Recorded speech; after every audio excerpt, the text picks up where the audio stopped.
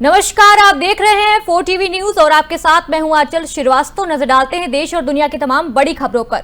बड़ी खबर की शुरुआत करते हैं हिमाचल से आ रही है। हिमाचल प्रदेश में मानसून ने भारी तबाही मचाई है। अब तक 78 लोगों की जान जा चुकी है, जिसमें 20 मौतें और बारिश से जुड़ी हादसे में हुई इस मौतों में लगातार रेस्क्यू ऑपरेशन किया जा रहा है। इलाके में सड़कें टूट गई हैं, बिजली आपूर्ति और अन्य जरूरी सुविधाएं भी बुरी तरह प्रभावित हुई हैं। इस वक्त की बड़ी खबर सामने आ रही है। हालत को देखते हुए प्रशासन राहत और बचाव कार्यों में जुटा हुआ है ताकि लोगों को जल्द से जल्द जरूरी मदद पहुंचाई जा सके। इस वक्त की बड़ी खबर हम आपको बता रहे हैं। अब तक 78 लोगों की मौत हो चुकी है। बारिश से जुड़ी घटनाओं में 50 लोगों ने गंवाई जान। बारिश में सड़क और बिजली सेवाएं ठप हो चुकी हैं। राहत और बचाव कार्य लगातार जारी है। प्रशासन की तरफ से लगातार बचाव कार्य जारी है। हिमाचल में मानसून का कहर जारी हो चुका है।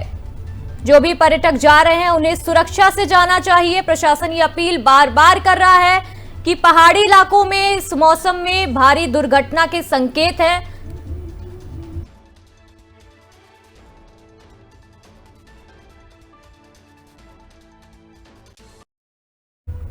हिमाचल प्रदेश की भाजपा सांसद कंगना रनौत ने अपने संसदीय क्षेत्र में विकास कार्यों को लेकर बड़ा बयान दिया है। कंगना ने कहा है कि उन्होंने सांसद निधि से कई विकास परियोजनाओं को मंजूरी दी है और वो हर परिस्थिति में जनता के साथ खड़ी हैं। साथ ही उन्होंने विरोधियों पर निशाना साधते हुए कहा है कि जो लोग अपने काम में पूरी तरह असफल रहे हैं, जिन्हें हिमाचल की जनता ने नकार दिया है, उन्हें मुझे सलाह देने का कोई अधिकार नहीं है। उन्होंने कहा है कि ऐसे लोगों को दूसरी पर टिप्पणी करने की बजाय अपनी कमजोरियों को ध्यान देना चाहिए। ये बड़ा बयान कंगना रनौत की तरफ से सामने आ रहा है।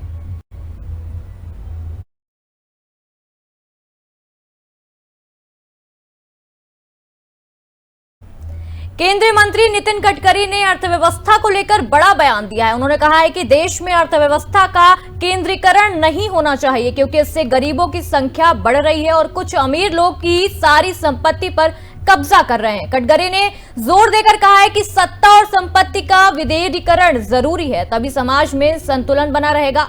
उन्होंने कहा है कि इस दिशा में देश की अर्थव्यवस्था में बड़ा बदलाव आया है और आगे भी ऐसे कदम उठाने जरूरी हैं जिससे आम लोगों को सीधा लाभ मिल सके।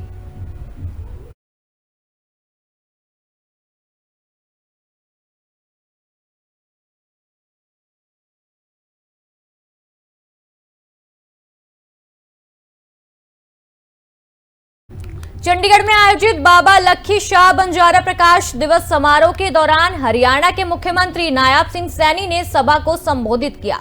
इस मौके पर सीएम सैनी ने बाबा लक्खी शाह बंजारा को नमन करते हुए उनके बलिदान और सेवा भाव को याद किया। उन्होंने कहा कि बाबा लक्खी शाह बंजारा ने समाज को भाईचारे और सेवा का संदेश दिया है, जिसे नई पीढ़ी अब तक पहुंचना हम सभी की जिम्मेदारी है। मुख्यमंत्री ने लोगों से बाबा के आदर्शों का अपनाकर समाज में एकता और सद्भाव बनाए रखने का आह्वान किया है।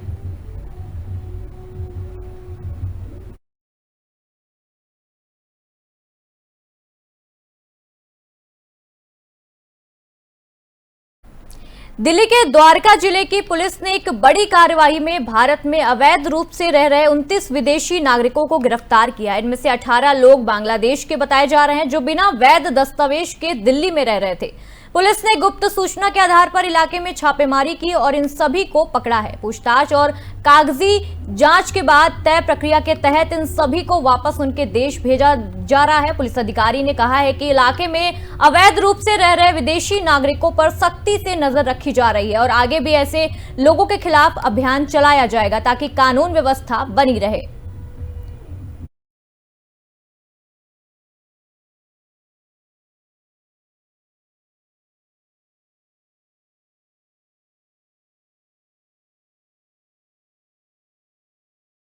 पंजाब के होशियारपुर से एक बड़ा सड़क हादसा सामने आया है, जहां बस दुर्घटना में 8 लोगों की मौत हो गई है, जबकि करीब 20 लोग गंभीर रूप से घायल हो चुके हैं। हादसे की सूचना मिलते ही पुलिस और प्रशासन की टीम मौके पर पहुंची और राहत बचाव कार्य शुरू कर दिया है।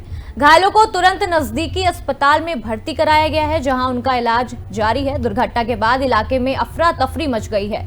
प्रशासन हादसे के कारणों की जांच कर रहा है।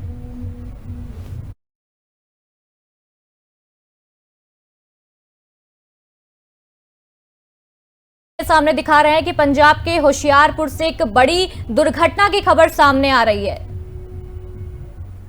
लगातार आपकी स्क्रीन पर ये वीडियो चल रहा है, जिसमें हादसे के अभी कारण की जांच नहीं हो पाई है और जिस तरीके से ये ट्रक की आप तस्वीरें देख सकते हैं।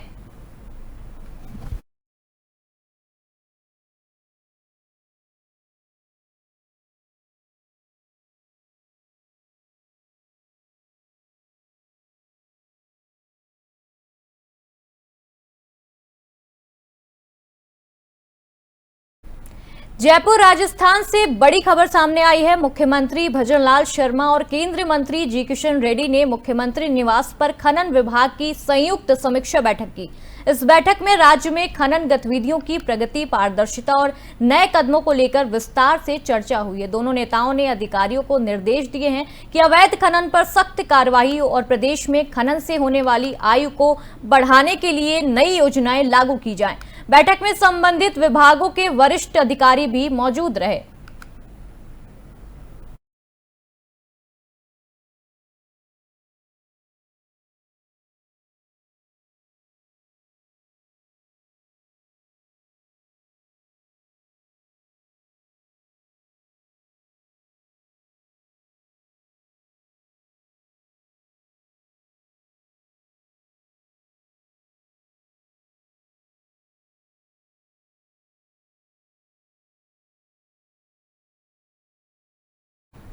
महाराष्ट्र के भंडारा जिले से एक दर्दनाक खबर सामने आई है। पवनी तहसील के चुल्हाड़ खेत परिसर में 17 वर्षीय तीर्थराज बारस्केड़ की रील बनाते समय पानी में डूबकर मौत हो गई। बताया जा रहा है कि तीर्थराज जब डूब रहा था तब वो मदद के लिए चिल्ला रहा था, लेकिन उसके दोस्तों को लगा कि ये सब रील का हिस्सा है। दोस्तों ने मदद करने के बजाय मोबाइल से वीडियो बनाना जारी रखा। वक्त रहते मदद ना मिलने से युवक की मौत हो गई। पुलिस ने मामला दर्ज कर जांच शुरू कर दी है।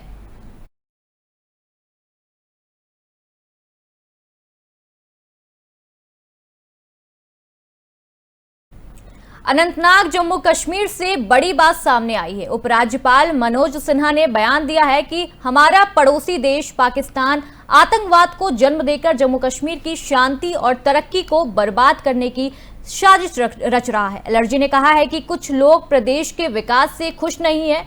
इनमें बाहरी ताकतें ही नहीं बल्कि कुछ अंदरूनी लोग भी शामिल हैं जो अशांति फैलाना चाहते हैं। उन्होंने कहा है कि सरकार किसी भी हालत में आतंकवाद के मंसूबों को कामयाब नहीं होने देगी।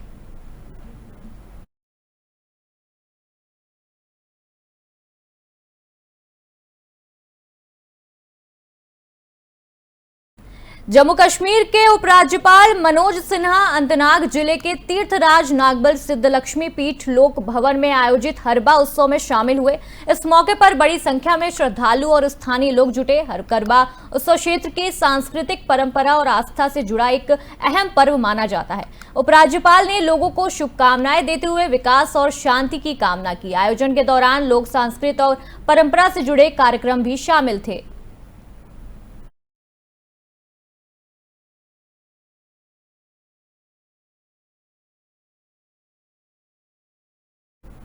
नवी मुंबई के तुर्बे सेक्टर 20 में शुक्रवार को उस वक्त हड़कंप मच गया जब एपीएमसी मार्केट के पास एक गोदाम में भीषण आग लग गई। आग की सूचना मिलते ही दमकल विभाग कई गाड़ियां मौके पर पहुंची और आग बुझाने का प्रयास शुरू हो गया। फिलहाल आग पर काबू पाने की कोशिश जारी है और दमकल कर्मी लगातार मशक्कत कर रहे हैं। आग लगने के कारणों का अभी तक पूरी तरह पता नहीं चला है। इस घटना से इलाके में अफरा तफरी मच गई है और आसपास के लोगों को सुरक्षित जगह पर जाने की सलाह दी जा रही है। प्रशासन ने भी एहतियात के तौर पर आसपास के इलाकों को खाली करा दिया है। माना जा रहा है कि इसमें कोई जनहानि सामने निकलकर नहीं आ रही है। प्रशासन लगातार कार्रवाई कर रहा है।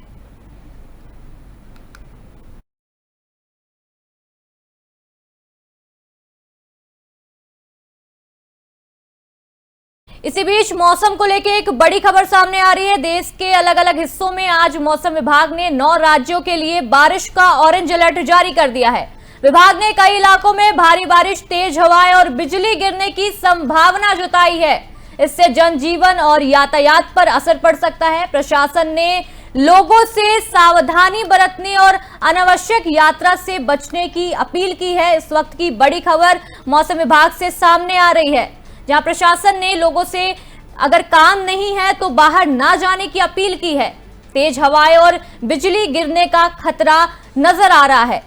9 राज्यों में भारी बारिश का अलर्ट जारी है। इस वक्त की बड़ी खबर मौसम विभाग से सामने आ रही है कि अगर आपको कोई जरूरी काम नहीं है तो अपने घर से ना निकले, क्योंकि बिजली और तेज हवाएं चलने की संभावना है।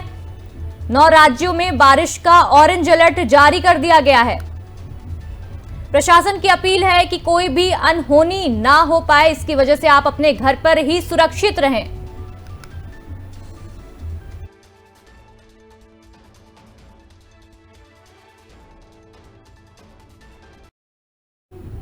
बिहार में रेलवे नेटवर्क को मजबूत करने के लिए केंद्रीय रेल मंत्री अश्विनी वैष्णव ने कई बड़ी घोषणाएं की हैं। उन्होंने बताया है कि लंबे समय से जिस अंडरपास की जरूरत थी उसका शिलान्यास आज कर दिया गया है। इसके अलावा 6 मीटर चौड़ा फुट ओवरब्रिज भी बनाया जाएगा, जिसमें यात्रियों को बेहतर सुविधा मिल सकेगी। रेल यात्री ने कहा है कि इस स्टेशन की ओर विकसित करने की योजना है। साथ ही कपूरवी ग्राम स्टेशन को समस्तीपुर डिवीजन के तहत लाया जाएगा, ताकि प्रबंधन और कनेक्टिविटी बेहतर तरीके से हो पाए। ये बात अश्विनी वैष्णव ने कही है, रेल मंत्री हैं, उन्होंने ये बड़ी बात कही है, एक बड़ी अहम बात कही है। बिहार में रेलवे विकास को एक नई रफ्तार मिल गई है।